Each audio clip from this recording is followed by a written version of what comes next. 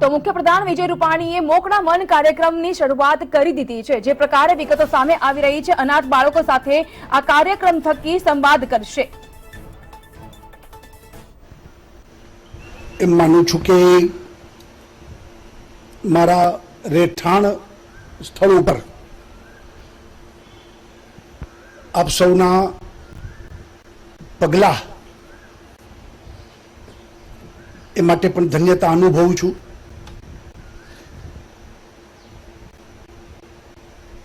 મોકળા મન કાર્યક્રમ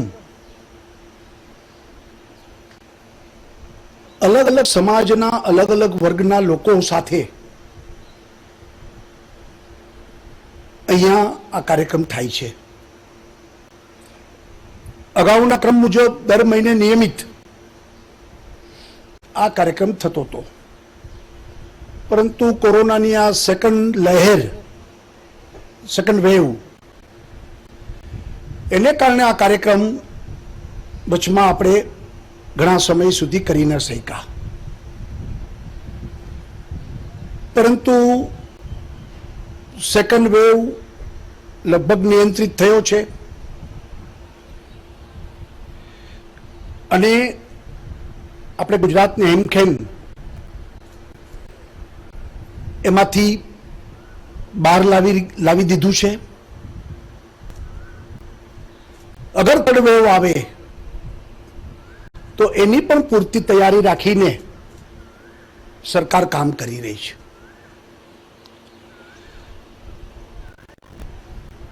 કોરોના આખી વિશ્વવ્યાપી મહામારી આપણે સૌએ અનુભવી। ડેવલપ કન્ટ્રી, વિકસિત દેશો એ પણ એમાં બાકાત ન રહ્યા અને આપણા જેવા વધુ વસ્તી ધરાવનારા દેશો પણ એમાંથી બાકાત ન રહ્યા। મહામારી અંગે પેન્ડેમિક એ શબ્દ આપણે વાંચ્યો તો, સાંભળ્યો તો, અનુભવ્યો નહોતો કે આમાંથી આની વિકરાળતા કેવી બધી ખરાબ છે એની અનુભૂતિ પણ નહોતી થઈ। અને કહેવાય છે કે સદીમાં એકાદ વખત, 100 વર્ષે એકાદ વખત આ પ્રકારની મહામારી આવતી હોય છે। છેલ્લે 1920માં સ્પેનિશ ફ્લૂ, અત્યારે કોરોના છે, એમ Spanish flu, first world war પછી એ મહામારીએ અનેક લોકોના જીવ લીધા હતા। એ આપણે વાંચ્યું હતું, સાંભળ્યું હતું। અને બરોબર 100 વર્ષ એટલે 2020માં કોરોના આવ્યો। ગુજરાતમાં 2020 માર્ચ 18 પહેલો કેસ આપણે રાજકોટમાં આવ્યો અને આજે આપણે 2021 9મી જુલાઈએ ભેગા થયા છીએ। એનો મતલબ લગભગ 1.5 વર્ષ સતત આપણે આ મહામારી સામે લડી રહ્યા છીએ। અનેક લોકોએ પોતાના જીવ ગુમાવ્યા। સૌપ્રથમ તો એ બધાને યાદ કરીને મારું દુઃખ પ્રગટ કરું છું, સંવેદના વ્યક્ત કરું છું કે આજે આપણી વચ્ચે નથી। અનેક પરિવારો એવા હતા કે જે પરિવારોમાં 2 લોકો, 3 લોકો મહિના, 2 મહિનાના ટૂંકા ગાળામાં આપણી વચ્ચેથી વયા ગયા।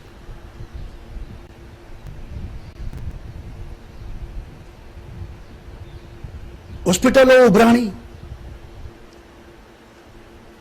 પરંતુ વડાપ્રધાન નરેન્દ્રભાઈ મોદીના માર્ગદર્શન નીચે સમગ્ર દેશમાં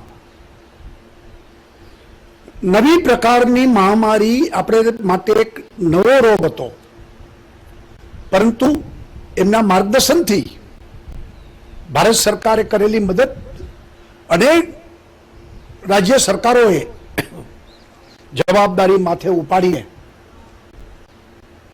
આપણે અનેક વિઘ્નોને પાર કરતા ગયા. તમે સૌ જાણો છો કે ગુજરાતમાં લગભગ 8.5 લાખથી વધુ લોકોને આપણે સાજા કર્યા.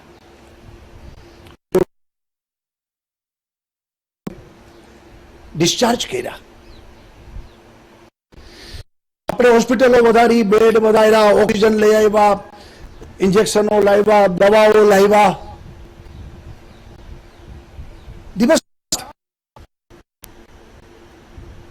સરકારની સંપૂર્ણ તાકાત આપણે આની પાછળ લગાડી હતી. આખી સરકાર એઝ અ હોલ ગવર્મેન્ટ માત્ર કોરોના એક જ એજન્ડા અને એ સંદર્ભે આપણે પૂરી તાકાત લગાડી હતી. આજે પણ સરકારની ટોપ પ્રાયોરિટી કોરોના છે અને માટે થર્ડ વેવને આપણે અત્યારથી તૈયારી કરીએ છીએ. ભગવાન સોમનાથ અને ભગવાન દ્વારકાધીશ આપણે આશા રાખીએ કે આપણે થર્ડ વેવમાંથી બચાવે, પરંતુ થર્ડ વેવ આવે તો તૈયારી સંપૂર્ણ રહે અને લોકોને પૂરતી સારવાર અને વ્યવસ્થા બની રહે એ પ્રકારે આપણે પ્રયત્ન કરી રહ્યા છીએ. આજના મનના કાર્યક્રમમાં આપ સૌને મેં બોલાવ્યા છે. સૌ પ્રથમ તો પાલક માતા પિતા કે જેમના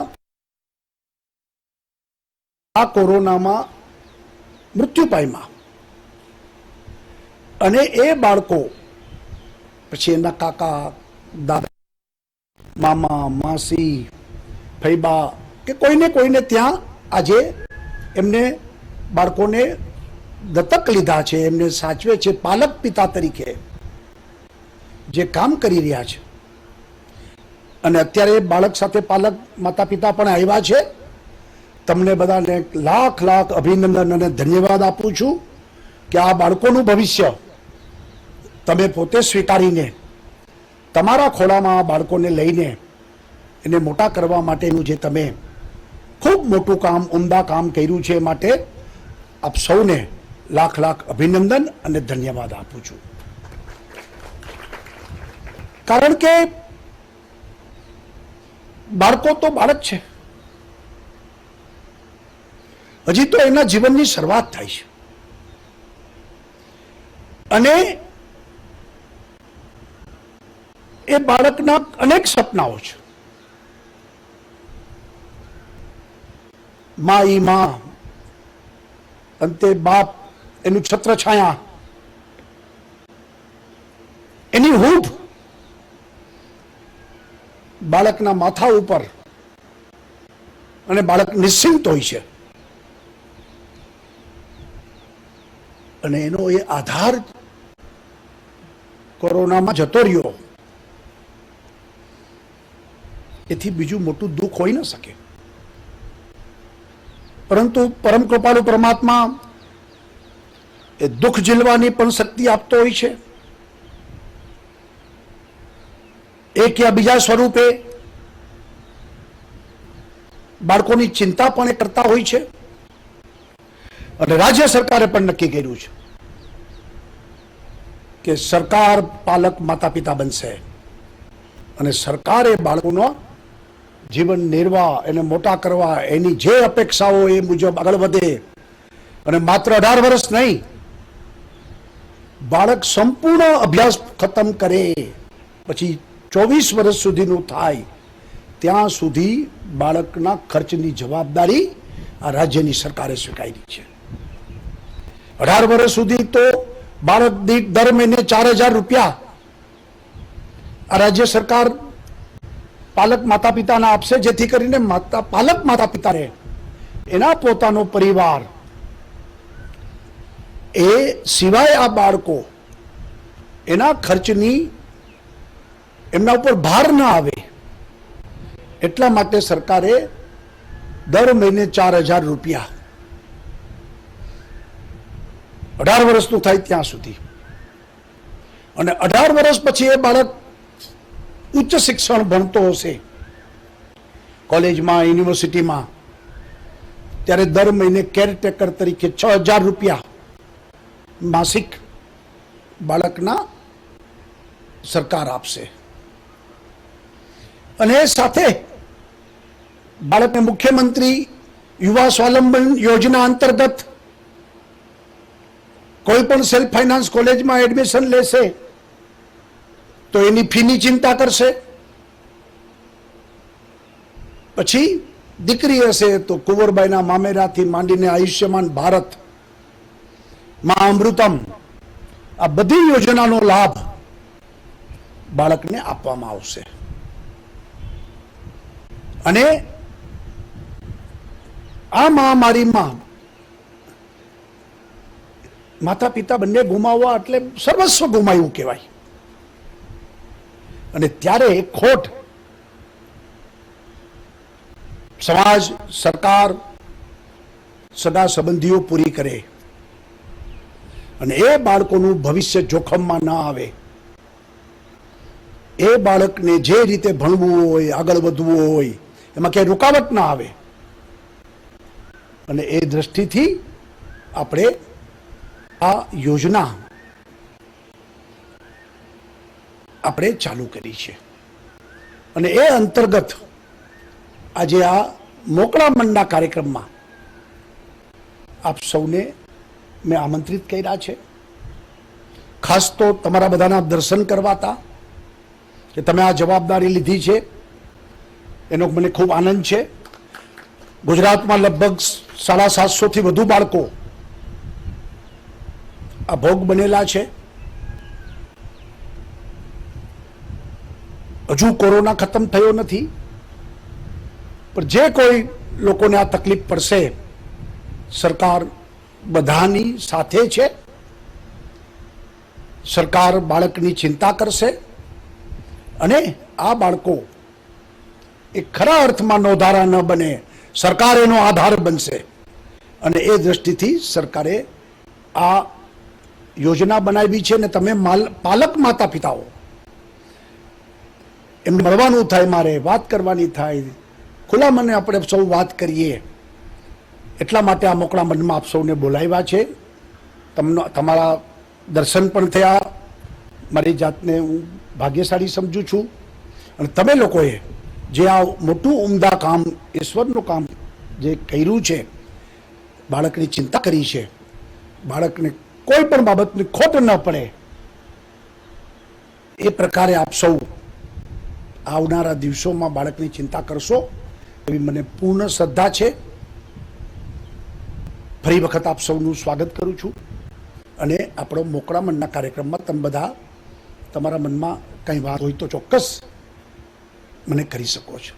જનરલી મુખ્યમંત્રીના નિવાસસ્થાન ઉપર કે ઓફિસમાં લોકો એના પ્રશ્નો માટે લોકો પોતે ટાઈમ માંગતા હોય છે ને આવતા હોય છે. આ કાર્યક્રમ એવો છે કે કોઈ પ્રશ્ન માટે નહીં, તમારી માગણી માટે નહીં, તમે નથી આવ્યા, મેં તમને બોલાવ્યા છે, આમંત્રણ આપ્યું છે.